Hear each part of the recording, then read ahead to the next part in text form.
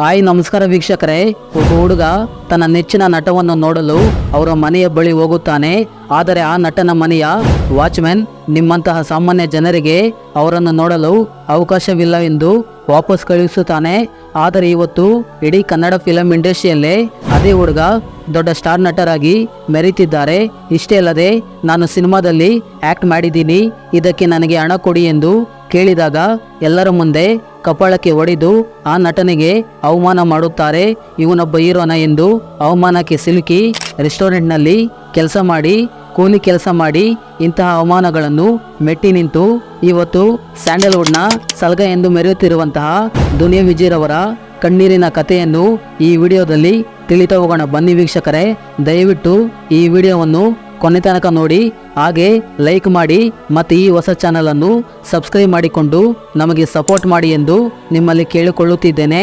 ಇನ್ನು ಇವರು 20 ಜನವರಿ 1974ರಂದು ಆನೇಕಲ್ನ ಕುಂಬಾರನಹಳ್ಳಿಯಲ್ಲಿ ಜನಿಸಿದರು. ಇವರ ತಂದೆ ರುದ್ರಪ್ಪ ಮತ್ತು ತಾಯಿ ನಾರಾಯಣಮ್ಮ. ಇವರದ್ದು ಅತೀವ ಬಡ ಕುಟುಂಬವಾಗಿತ್ತು. ಇವರ ನಿಜವಾದ ಹೆಸರು ವಿಜಯ್ ಕುಮಾರ್. ಈ ದುನಿಯಾ ವಿಜಯರವರಿಗೆ ಇಬ್ಬರು ಅಕ್ಕಂದಿರು ಸಹ ಇದ್ದಾರೆ. ವಿಜಯ್ ತಂದೆ ತನ್ನ ಮಕ್ಕಳನ್ನು ಸಾಕಲು ಬೇರೆಯೊಬ್ಬರ ಮನೆಯಲ್ಲಿ ಕೂಲಿ ಕೆಲಸವನ್ನು ಮಾಡಿ ಆವತ್ತಿನ ಜೀವನ ನಡೆಸುತ್ತಿದ್ದರು. ಇಷ್ಟೊಂದು ಕಷ್ಟವನ್ನು ಇಟ್ಟುಕೊಂಡು ತನ್ನ ಮಕ್ಕಳು ನಮ್ಮ ರೀತಿ ಕೂಲಿ ಕೆಲಸವನ್ನು ಮಾಡಿ ಜೀವನ ಮಾಡಬಾರದು ಎಂದು ವಿಜಯ್ ತಂದೆ ತನ್ನ ಮಕ್ಕಳಿಗೆ ವಿದ್ಯಾಭ್ಯಾಸವನ್ನು ಕೊಡಿಸಲು ಮುಂದಾದರು.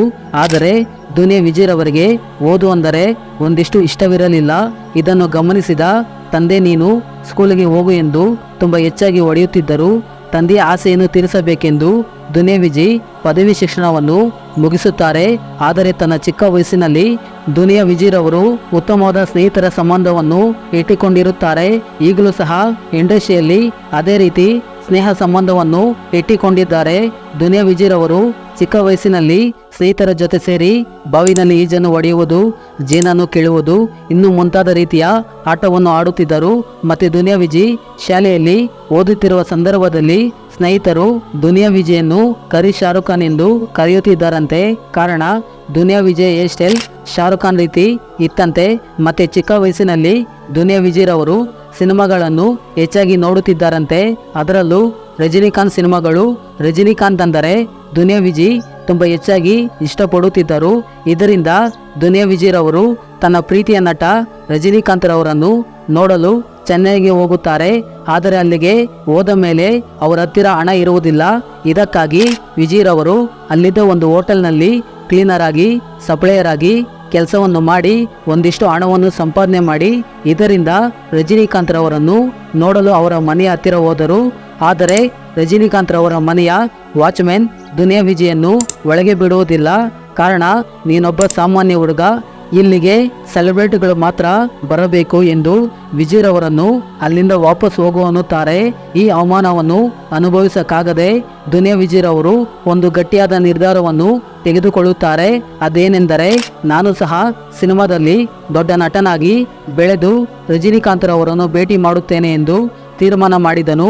ಇದರಿಂದ ದುನಿಯಾ ವಿಜಯರವರು ಸ್ಟಂಟ್ಮ್ಯಾನ್ ಆಗಿ ಸಿನಿಮಾಗಳಲ್ಲಿ ಕೆಲಸವನ್ನು ಮಾಡಲು ಮುಂದಾದರು. ಇದೇ ರೀತಿ ದುನಿಯಾ ವಿಜಯರವರು 4 ವರ್ಷಗಳ ಕಾಲ ಸ್ಟಂಟ್ಮ್ಯಾನ್ ಮತ್ತು ಫೈಟರ್ ಆಗಿ ಕೆಲಸವನ್ನು ಮಾಡುತ್ತಾರೆ. ಇದರಲ್ಲಿ ಇವರು ತನ್ನ ಕೈಕಾಲುಗಳು ಮುರಿದು ಹೋಗಿದ್ದರು. ದಿನಾಲೂ ಅದೇ ನೋವಿನಲ್ಲಿ ಕೆಲಸವನ್ನು ಮಾಡುತ್ತಿದ್ದರು. ಅರ್ಥ ಮಾಡಿಕೊಳ್ಳಿ ವೀಕ್ಷಕರೇ, ಸಿನಿಮಾ ಅಂದರೆ ಎಷ್ಟು ಇಷ್ಟ ಇವರಿಗೆ. ಮತ್ತೆ ದುನಿಯಾ ವಿಜಯ್ಗೆ ಟ್ರೈನಿಂಗ್ ಅನ್ನು ನೀಡುತ್ತಿದ್ದ ಸ್ಟಂಟ್ ಮಾಸ್ಟರ್ ನೀನು ಸಿನಿಮಾಗಳಲ್ಲಿ ಫೈಟರ್ ಆಗುವಂತ ಸಲಹೆಯನ್ನು ನೀಡುತ್ತಾರೆ. ಆದರೆ ದುನಿಯಾ ವಿಜಯ್ಗೆ ನಾನು ಸಿನಿಮಾದಲ್ಲಿ ದೊಡ್ಡ ನಟನಾಗಬೇಕು ಎಂದು ಕನಸನ್ನು ಇಟ್ಟುಕೊಂಡಿದ್ದರು.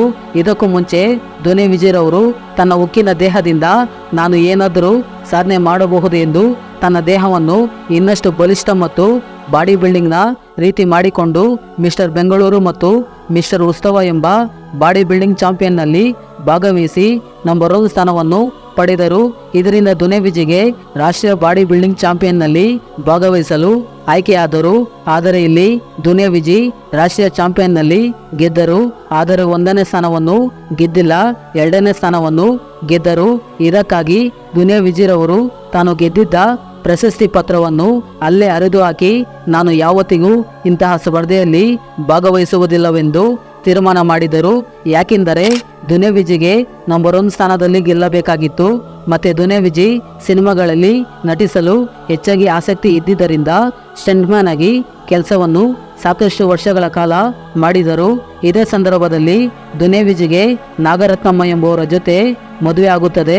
ಇದೇ ರೀತಿ ದಿನಾಲು ಸ್ಟಂಟ್ಮ್ಯಾನ್ ಆಗಿ ಕೆಲಸವನ್ನು ಮಾಡುತ್ತಾ ಇರುವಾಗ ತನ್ನ ಆಸೆಯಂತೆ ಸಿನಿಮಾದಲ್ಲಿ ನಟಿಸಲು ದುನಿಯಾ ವಿಜಿಗೆ ಒಂದು ಅವಕಾಶ ಸಿಗುತ್ತದೆ. ಹೌದು ವೀಕ್ಷಕರೇ, 2004ರಲ್ಲಿ ಯೋಗರಾಜ್ ಭಟ್ರವರ ನಿರ್ದೇಶನದ ರಂಗ SSLC ಎಂಬ ಮೂವಿನಲ್ಲಿ ವಿಲನ್ ಆಗಿ ಸೈಡ್ ಆಕ್ಟರ್ ಪಾತ್ರವನ್ನು ಮಾಡಿದರು. ಇದೇ ರೀತಿ ಜೋಗಿ ಸಿನಿಮಾದಲ್ಲಿ ಸಹ ಒಂದು ಚಿಕ್ಕದಾದ ಪಾತ್ರವನ್ನು ಮಾಡುತ್ತಾರೆ. ಇದೇ ರೀತಿ ಒಂದಿಷ್ಟು ಮೂವಿಗಳಲ್ಲಿ ಚಿಕ್ಕದಾದ ಪಾತ್ರಗಳನ್ನು ಮಾಡಿಕೊಂಡು ಒಂದಿಷ್ಟು ಹಣವನ್ನು ಸಂಪಾದನೆ ಮಾಡುತ್ತಿದ್ದರು.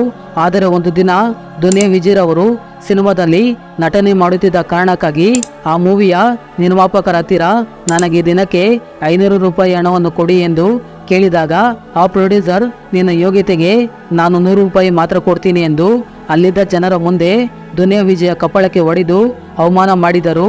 ಆದರೆ ದುನಿಯಾ ವಿಜಿರವರು ಇದನ್ನೇ ಒಂದು ಛಲವಾಗಿ ಇಟ್ಟುಕೊಂಡು ಇನ್ನಷ್ಟು ಸಿನಿಮಾಗಳ ಅವಕಾಶಕ್ಕೆ ಕಾಯುತ್ತಿದ್ದರು. ಇದಾದ ನಂತರ ಒಂದು ದಿನ ದುನಿಯಾ ವಿಜಿಗೆ ಡೈರೆಕ್ಟರ್ ಸೂರಿರವರ ಪರಿಚಯವಾಗುತ್ತೆ. ಅದೇ ಸಂದರ್ಭದಲ್ಲಿ ಸೂರಿರವರು ದುನಿಯಾ ಚಿತ್ರದ ಕಥೆಯನ್ನು ಬರೆದುಕೊಂಡು ಹೀರೋಗಾಗಿ ಹುಡುಕಾಡುತ್ತಿದ್ದರು.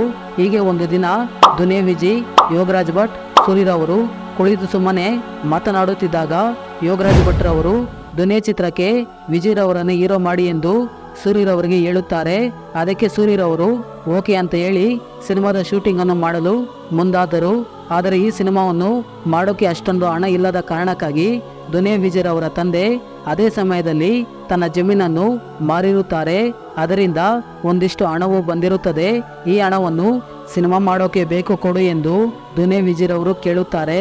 ಆದರೆ ದುನಿಯಾ ವಿಜಿ ತಂದೆ ಹಣ ಕೊಡುವುದಿಲ್ಲ ಎಂದು ಹೇಳುತ್ತಾರೆ. ಆದರೆ ವಿಜಿರವರು ತಂದೆಯ ಹತ್ತಿರ ಜಗಳವನ್ನು ಮಾಡಿ ಸುಮಾರು 16 ಲಕ್ಷದಷ್ಟು ಹಣವನ್ನು ತೆಗೆದುಕೊಂಡು ತಂದೆಗೆ ನಿಮ್ಮ ದುಡ್ಡನ್ನು ಮತ್ತೆ ವಾಪಸ್ ಕೊಡ್ತೀನಿ ಎಂದು ಹೇಳಿ ಬರುತ್ತಾರೆ. ಆಗ ಈ ಹಣದಿಂದ ದುನಿಯಾ ಚಿತ್ರ ಶೂಟಿಂಗ್ ಶುರುವಾಗುತ್ತೆ. ಮತ್ತೆ ಆ ಶೂಟಿಂಗ್ಗೆ ಬರುತ್ತಿದ್ದ ಜನರು ಇವನೊಬ್ಬ ಹೀರೋನ ಎಂದು ಅವಮಾನವನ್ನು ಮಾಡುತ್ತಿದ್ದರು. ದುನಿಯಾ ವಿಜಿ ಇದನ್ನೆಲ್ಲವನ್ನು ತಲೆಗೆ ಹಾಕಿಕೊಳ್ಳದೆ ಸಿನಿಮಾದ ಶೂಟಿಂಗ್ ಅನ್ನು ಮುಗಿಸಿ ಇಂತಹ ಇನ್ನಷ್ಟು ಅಡೆತಡೆಗಳನ್ನು ನೋಡಿ ಕೊನೆಗೂ 2007ರಲ್ಲಿ ದುನಿಯಾ ಸಿನಿಮಾ ರಿಲೀಸ್ ಆಯಿತು. ದುನಿಯಾ ವಿಜಿರವರು ಪಟ್ಟಂತ ಕಷ್ಟಕ್ಕೆ ಮತ್ತು ತಾನು ಅನುಭವಿಸಿದ ಅವಮಾನಕ್ಕೆ ಅವರ ನಟನೆಯನ್ನು ನೋಡಿ ಸಿನಿಮಾವನ್ನು ಜನರು ತುಂಬ ದೊಡ್ಡ ಮಟ್ಟಿಗೆ ಯಶಸ್ಸು ಸಿಗುವ ಹಾಗೆ ಮಾಡಿದರು. ಇದರಿಂದ ಆ ದುನಿಯಾ ಚಿತ್ರ ಆವತ್ತಿನ ಕಾಲಕ್ಕೆ ಕೋಟ್ಯಾಂತರ ರೂಪಾಯಿ ಹಣವನ್ನು ಬಾಚಿಕೊಂಡು ಬ್ಲಾಕ್ ಬಸ್ಟರ್ ಆಗುತ್ತದೆ. ಈ ಸಿನಿಮಾದಿಂದ ವಿಜಿರವರು ದುನಿಯಾ ವಿಜಿರಾಗಿ ಇಡೀ ಕರ್ನಾಟಕ ಜನತೆಗೆ ಪರಿಚಯರಾದರು. ಇದಾದ ನಂತರ ದುನಿಯಾ ವಿಜಿರವರು ಯುಗ, ಸ್ಲಂಬಾಲ, ಚರಿಚಿರತೆ, ಶಂಕರ್, ವೀರಬಾಹು, ಶಿವಾಜಿನಗರ, ಜಂಗ್ಲಿ, RX ಸೂರಿ ಇಂತಹ ಮೂವಿಗಳನ್ನು ಮಾಡಿ ಜನರನ್ನು ರಂಜಿಸಿ ದೊಡ್ಡ ಸ್ಟಾರ್ ನಟರಾಗಿ ಕನ್ನಡ ಇಂಡಸ್ಟ್ರಿಯಲ್ಲಿ ಬೆಳೆದರು. ಮತ್ತೆ ಸಾಕಷ್ಟು ಅಭಿಮಾನಿಗಳನ್ನು ಸಂಪಾದನೆ ಮಾಡಿದರು. ತನ್ನದೇ ಆದ ಸ್ಥಾನವನ್ನು ಕನ್ನಡ ಇಂಡಸ್ಟ್ರಿಯಲ್ಲಿ ಉಳಿಸಿಕೊಂಡರು. ಇಷ್ಟೇ ಅಲ್ಲದೆ ದುನಿಯಾ ವಿಜಿರವರು ಕಥೆಗಾರ ಮತ್ತು ನಿರ್ದೇಶಕನಾಗಿ 2001ರಲ್ಲಿ ಸಲಗ ಚಿತ್ರವನ್ನು ಸಹ ಮಾಡಿದ್ದರು. ನಿಮಗೆ ಗೊತ್ತೇ ಇದೆ, ಈ ಚಿತ್ರವು ಬ್ಲಾಕ್ ಬಸ್ಟರ್ ಆಗಿ 25 ಕೋಟಿಯಷ್ಟು ಕಲೆಕ್ಷನ್ ಮಾಡಿತ್ತು. ಇದುವರೆಗೂ ಜನರಿಗೆ ನಟನಾಗಿ ಮಾತ್ರ ದುನಿಯಾ ವಿಜಿರವರು ಗುರುತಿಸಿಕೊಂಡರು. ಆದರೆ ಸಲಗ ಚಿತ್ರದ ಮೂಲಕ ನಾನು ನಟ ಮಾತ್ರ ಅಲ್ಲ, ನಿರ್ದೇಶಕರು ಸಹ ಆಗಿ ಇಡೀ ಕನ್ನಡ ಜನತೆಯನ್ನು ರಂಜಿಸುತ್ತೇನೆ ಎಂದು ತೀರ್ಮಾನಿಸಿದರು. ಇದೇ ರೀತಿ ದುನಿಯಾ ವಿಜಿ ಮುಂದಿನ ನನ್ನ ಸಿನಿಮಾನು ಸಹ ನನ್ನ ಡೈರೆಕ್ಷನಲ್ಲಿ ಮಾಡುತ್ತೇನೆ ಎಂದು ಭೀಮಾ ಅನ್ನುವ ಮೂವಿಯನ್ನು ತೆಗೆಯುತ್ತಾರೆ. ಅದು ನಿಮಗೆಲ್ಲ ಗೊತ್ತಿರಬಹುದು. ಇತ್ತೀಚೆಗೆ ಯಾವುದೇ ದೊಡ್ಡ ಸ್ಟಾರ್ಗಳ ಮೂವಿಗಳು ಕನ್ನಡ ಇಂಡಸ್ಟ್ರಿಯಲ್ಲಿ ಬಂದಿಲ್ಲ. ಹೀಗಿರುವಾಗ 9 ಆಗಸ್ಟ್ 2024ರಂದು ಅಂದರೆ ಇತ್ತೀಚೆಗೆ 2-3 ದಿನಗಳ ಹಿಂದೆ ದುನಿಯಾ ವಿಜಿ ಡೈರೆಕ್ಷನ್ ಮೂಲಕ 2ನೇ ಸಿನಿಮಾವಾಗಿ ಭೀಮಾ ಚಿತ್ರ ರಿಲೀಸ್ ಆಯಿತು. ಇದು ಮಾಸ್ ರೌಡಿಸಂ ಸ್ಟೋರಿಯನ್ನು ಇಟ್ಟುಕೊಂಡು ಈಗಿನ ಯುವಕರು ಯಾವುದರಿಂದ ಹೆಚ್ಚಾಗಿ ಹಾಳಾಗುತ್ತಿದ್ದಾರೆ ಎಂದು ಒಂದು ಅರ್ಥಪೂರ್ಣವಾಗಿ ಕಥೆಯನ್ನು ಪ್ರೆಸೆಂಟೇಷನ್ ಮಾಡಿದ್ದಾರೆ. ಈ ಮೂವಿಯು ಸಹ ಇಂಡಸ್ಟ್ರಿಯಲ್ಲಿ ಸಾಕಷ್ಟು ಸದ್ದು ಮಾಡುತ್ತಿದೆ ಮತ್ತು ಸೂಪರ್ ಹಿಟ್ ಆಗಿರುವಂಥದ್ದು. ಈ ಮೂವಿನಲ್ಲಿ ದುನಿಯಾ ವಿಜಿರವರು ಹೊಸಬರಿಗೆ ಹೆಚ್ಚಿನ ಅವಕಾಶವನ್ನು ಕೊಟ್ಟು ಅವರನ್ನು ಬೆಳೆಸುತ್ತಿದ್ದಾರೆ. ಇದಕ್ಕೂ ಮುಂಚೆ ಸಲಗ ಮೂವಿನಲ್ಲಿಯೂ ಸಹ ಸಾಕಷ್ಟು ಹೊಸಬರಿಗೆ ಹೆಚ್ಚಿನ ಅವಕಾಶವನ್ನು ಕೊಟ್ಟು ಅವರನ್ನು ಕರ್ನಾಟಕದ ಜನರಿಗೆ ಪರಿಚಯಿಸಿದ್ದಾರೆ. ನಿಜವಾಗ್ಲೂ ಹೇಳಬೇಕಾದರೆ ತಾನು ಪಟ್ಟ ಕಷ್ಟ ಇನ್ನೊಬ್ಬರು ಅನುಭವಿಸಬಾರದು ಎಂದು ಹೊಸಬರಿಗೆ ಹೆಚ್ಚಿನ ಅವಕಾಶವನ್ನು ಕೊಟ್ಟು ಅವರನ್ನು ಬೆಳೆಸುತ್ತಿದ್ದಾರೆ.